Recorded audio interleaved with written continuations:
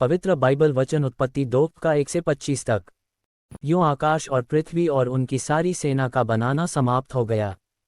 और परमेश्वर ने अपना काम जिसे वह करता था 7वें दिन समाप्त किया। और उसने अपने किए हुए सारे काम से 7वें दिन विश्राम किया। और परमेश्वर ने 7वें दिन को आशीष दी और पवित्र ठहराया, क्योंकि उसमें उसने अपनी सृष्टि की रचना के सारे काम से विश्राम लिया।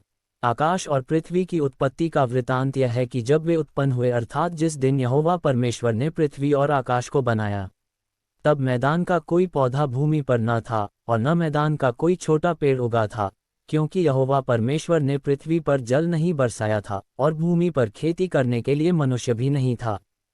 तो भी कोहरा पृथ्वी से उठता था, जिससे सारी भूमि सिंच जाती थी। और यहोवा परमेश्वर ने आदम को भूमि की मिट्टी से रचा और उसके नथनों में जीवन का श्वास फूंक दिया और आदम जीवता प्राणी बन गया। और यहोवा परमेश्वर ने पूर्व की ओर अदन देश में एक वाटिका लगाई और वहां आदम को, जिसे उसने रचा था, रख दिया।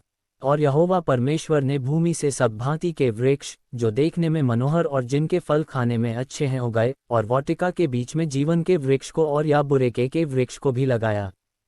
और उस वाटिका को सींचने के लिए एक महानदी अदन से निकली और वहां से बहकर 4 धारा में हो गई।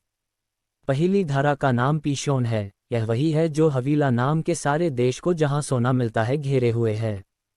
उस देश का सोना चोखा होता है, वहां मोती और सुलेमानी पत्थर भी मिलते हैं।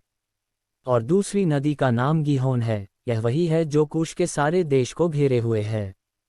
और तीसरी नदी का नाम हिद्देकेल है। यह वही है जो अश्शूर के पूर्व की ओर बहती है। और चौथी नदी का नाम फरात है। तब यहोवा परमेश्वर ने आदम को लेकर अदन की वाटिका में रख दिया कि वह उसमें काम करे और उसकी रक्षा करे। 16 तब यहोवा परमेश्वर ने आदम को यह आज्ञा दी कि तू वाटिका के सब वृक्षों का फल बिना खटके खा सकता है, पर भले या बुरे के ज्ञान का जो वृक्ष है, उसका फल तू कभी ना खाना, क्योंकि जिस दिन तू उसका फल खाए उसी दिन अवश्य मर जाएगा। फिर यहोवा परमेश्वर ने कहा, आदम का अकेला रहना अच्छा नहीं, मैं उसके लिए एक ऐसा सहायक बनाऊंगा जो उससे मेल खाए। और यहोवा परमेश्वर भूमि में से सब जाति के बनेले पशुओं और आकाश के सब भांति के पक्षियों को रचकर आदम के पास ले आया कि देखें कि वह उनका क्या क्या नाम रखता है। और जिस जिस जीवित प्राणी का जो जो नाम आदम ने रखा, वही उसका नाम हो गया।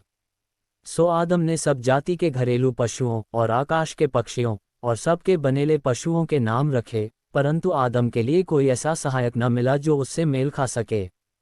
तब यहोवा परमेश्वर ने आदम को भारी नींद में डाल दिया, और जब वह सो गया तब उसने उसकी एक पसली निकालकर उसकी संती मांस भर दिया। और यहोवा परमेश्वर ने उस पसली को जो उसने आदम में से निकाली थी, स्त्री बना दिया और उसको आदम के पास ले आया। और आदम ने कहा, अब यह मेरी हड्डियों में की हड्डी और मेरे मांस में का मांस है, सो इसका नाम नारी होगा, क्योंकि यह नर में से निकाली गई है। इस कारण पुरुष अपने माता पिता को छोड़कर अपनी पत्नी से मिला रहेगा और वे एक तन बने रहेंगे। और आदम और उसकी पत्नी दोनों नंगे थे, पर लजाते न थे।